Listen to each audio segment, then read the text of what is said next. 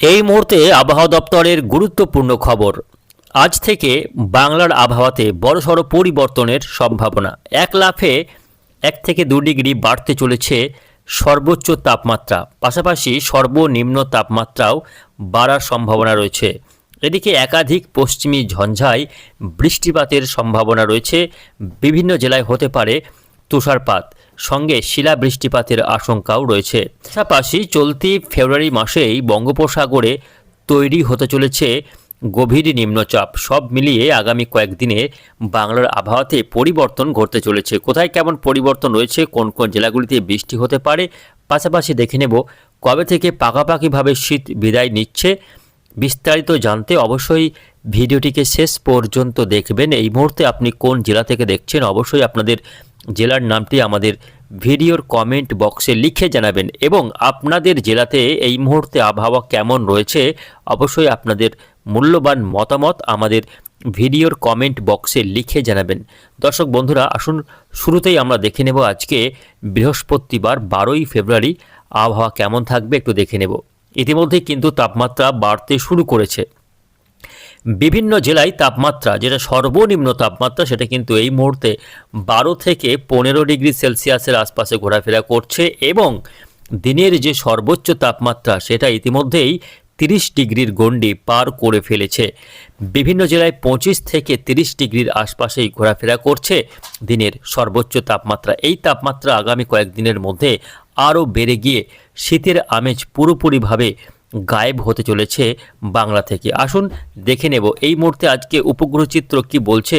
তো এই মুহূর্তে সরাসরি আমরা স্যাটেলাইট ইমেজে চোখ রেখেছি, দেখা যাচ্ছে এই মুহূর্তে কিন্তু গোটা বাংলার আকাশ একেবারে পরিষ্কার। দক্ষিণবঙ্গের সব জেলার আকাশ পরিষ্কার, তবে উত্তরবঙ্গের বেশ কয়েকটি জেলাতে এখনও আকাশ মেঘাচ্ছন্ন লক্ষ্য করা যাচ্ছে। এই যে আকাশ মেঘাচ্ছন্ন, তার মূল কারণ হচ্ছে একটি পশ্চিমী ঝঞ্ঝা পূর্ব দিকে সরে যাচ্ছে। পশ্চিম থেকে পূর্ব দিকে একটি পশ্চিমী ঝঞ্ঝা ধীর গতিতে সরছে।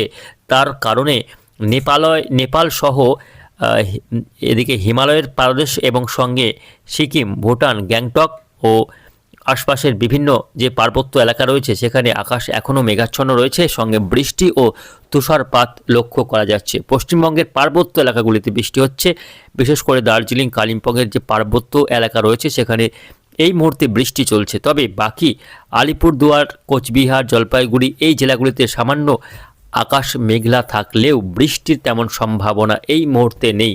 কিছুটা মেঘালয়, আসামে সামান্য মেঘলা আকাশ কিন্তু লক্ষ্য করা যাচ্ছে এই মুহূর্তে। তবে বেলার দিকে গিয়ে আকাশ পরিষ্কার হয়ে যাবে বাকি জেলাগুলিতে। শুধুমাত্র পার্বত্য এলাকা ছাড়া বাকি দক্ষিণবঙ্গ, উত্তরবঙ্গের বাকি জেলার আকাশ পরিষ্কার থাকবে। তবে শুকনো আবহাওয়া কিন্তু বজায় আজও থাকবে, অর্থাৎ এখনও উত্তর ভারত থেকে শুকনো ঠান্ডা হাওয়া নেমে আসছে, দেদার ঠান্ডা হাওয়া ঢুকে পড়ছে।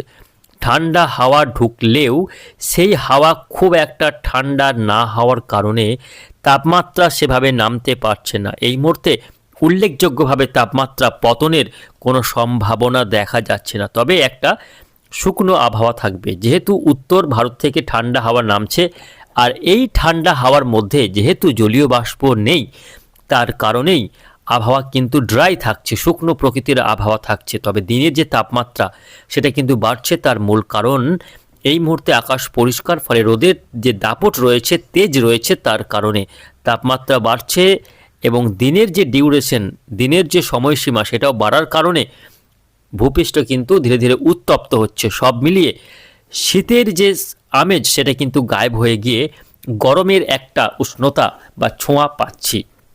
যদিও বসন্ত আসার সঙ্গে সঙ্গেই গ্রীষ্ম কিন্তু শুরু হয়ে যাচ্ছে।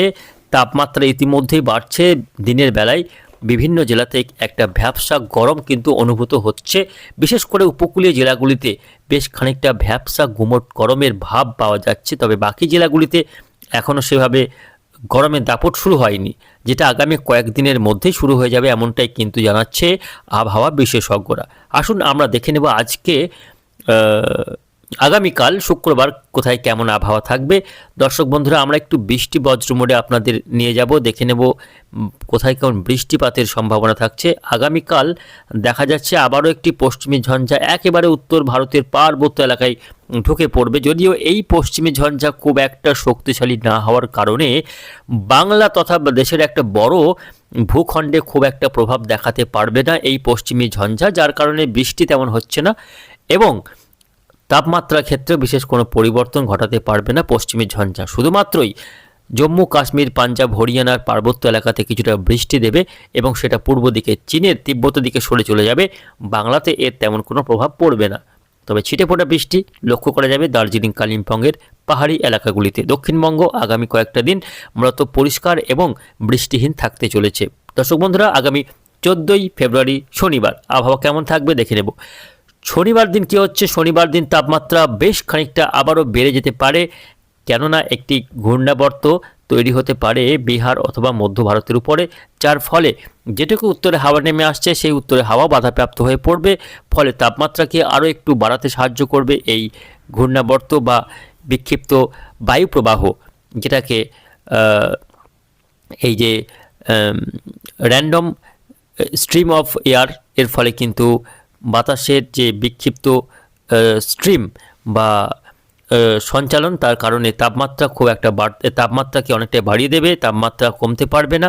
আগামী বেশ কয়েকদিন বলা যাচ্ছে যে দক্ষিণবঙ্গ বৃষ্টিহীন থাকবে এবং তাপমাত্রাকে ধাপে ধাপে বাড়াবে। এবং আমরা যদি একটু উত্তর বঙ্গোপসাগরে লক্ষ্য করি সেক্ষেত্রে দেখতে পাচ্ছি একটি অ্যান্টিসাইক্লোন আগামী 15ই ফেব্রুয়ারি থেকে সক্রিয় হতে পারে, যার ফলে উপকূলীয় জেলাগুলিতে আর্দ্রতার মাত্রাকে বাড়িয়ে ভ্যাপসা গরম আরও কিন্তু মাথাচাড়া দিতে পারে। আগামী 15 থেকে শুরু করে পরবর্তী বেশ কয়েকটা দিন প্রচণ্ড গরম কিন্তু শুরু হয়ে যাবে এবং একটা ভ্যাপসা গরম শুরু হয়ে যাবে দক্ষিণবঙ্গের কম বেশি সব জেলাতেই। এখন প্রশ্ন হচ্ছে কবে থেকে বৃষ্টি হতে পারে, বৃষ্টি কবে থেকে হবে এটাই কিন্তু সবার প্রশ্ন। এবছর শীতকালের সময়ে একটা রেকর্ড নতুন করে আবারও তৈরি হয়েছে। চলতি যে শীত গেল, এই শীতে কিন্তু কোনো রকম বৃষ্টি হয়নি, বৃষ্টিহীন ছিল গোটা দক্ষিণবঙ্গ। দেশের একটা বড় অংশ জুড়ে শীতকালে বৃষ্টি কিন্তু লক্ষ্য করা যায়নি। আবহাওয়া বিশেষজ্ঞদের মত এবছর প্রচণ্ড গরম কিন্তু হবে, প্রচণ্ড গরম এবং বৃষ্টি খুব কম হবে। বর্ষা এবছর খুব একটা ভালো হবে না বলেই আগেভাগে জানিয়ে রেখেছে আবহাওয়া বিশেষজ্ঞরা।